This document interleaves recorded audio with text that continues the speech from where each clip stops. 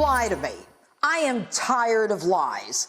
The absurdity of the claim that President Donald Trump, even the Donald Trump I knew before he was president, would call fallen soldiers losers and suckers is absurd. Disrespect the military? Are you crazy?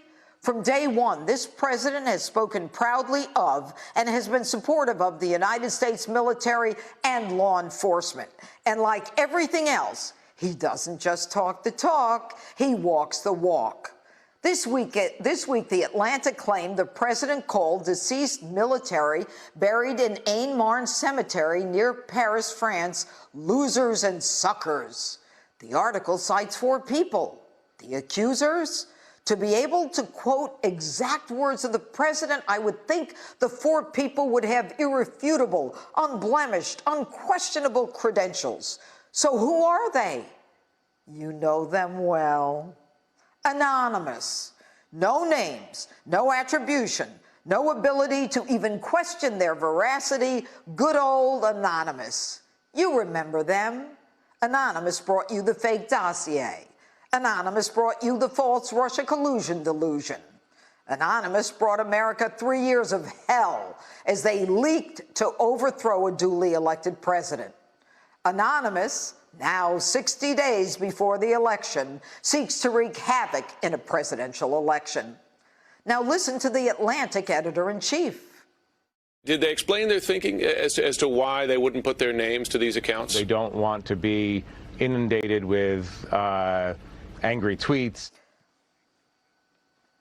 He didn't want them subjected to angry tweets? Mean tweets? Really? Go hide in a bunker somewhere. In a trial, the behavior of an individual, what he does, is often admitted to counter allegations inconsistent with that behavior. This president fought for an astounding increase of $738 billion in national defense to protect our military, whittled down and demoralized during the Biden years. Such was crucial to our country, which faces increasingly dangerous times with the ascension of China's military might paralleled with our own military suffering enormous cuts. So what happened here? It was November 2018. The president was in France to celebrate military anniversaries. One visit to Aisne-Marne Cemetery was canceled because of the weather. The Atlantic alleges through those trusty anonymous sources that the president canceled the visit because, quote, the helicopter couldn't fly. The Atlantic states the helicopter couldn't fly excuse was a lie. Really? Don't lie to me. We have concrete, demonstrable evidence that conclusively refutes this. Here is the email sent that day. Look, the helicopter really can't fly. Bad weather call for today, United States Marine Corps military aid to the president. So I guess the anonymous source lied. Anonymous told the Atlantic POTUS didn't go to the cemetery because he didn't want to get his hair wet. Really? Well, then please explain why the next day President Trump is at another ceremony under the rain on the same trip, and explain all these other photos in the rain. Anonymous lied again. Don't lie to me. Anonymous says the president was unwilling to take a 2.5-hour drive to the cemetery. Another lie that will be absolutely refuted by my next guest. So who was in the room with the president when that was discussed? Sarah Sanders, who no longer works for the president, tweeted this: I was there. This never happened. John Bolton, no friend of the president, says he was there and there was no talk by the president of losers and suckers. The left wants you to believe because the president and John McCain didn't get along, these allegations must be right.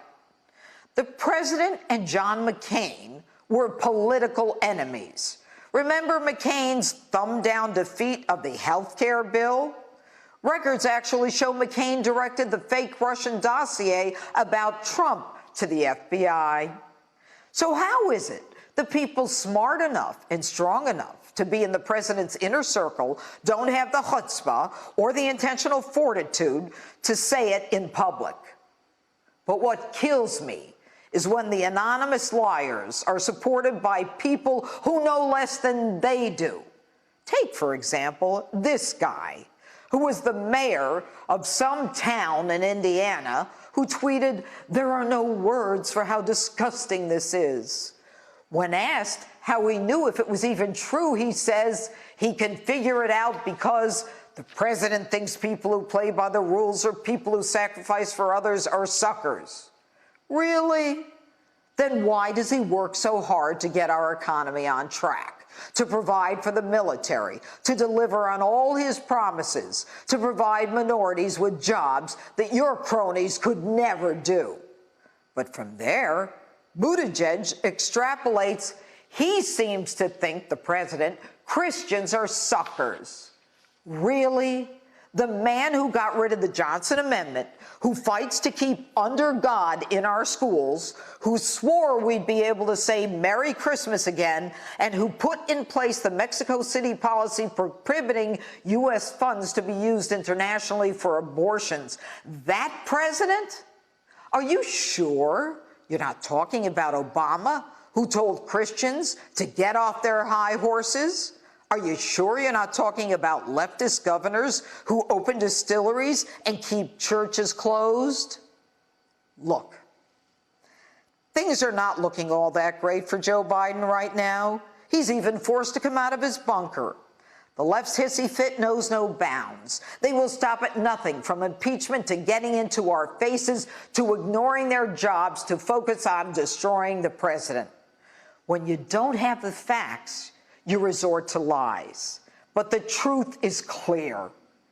The job numbers that came out yesterday were higher than even expected. 10.6 million jobs created in 4 months, the fastest labor market recovery from any economic crisis in history. Perfect time for a hoax. You have 59 days. 59 days to decide on the future of this country. Witnesses willing to come forward or good old anonymous afraid to come out of the shadows. As for me, I hate lies. Don't lie to me.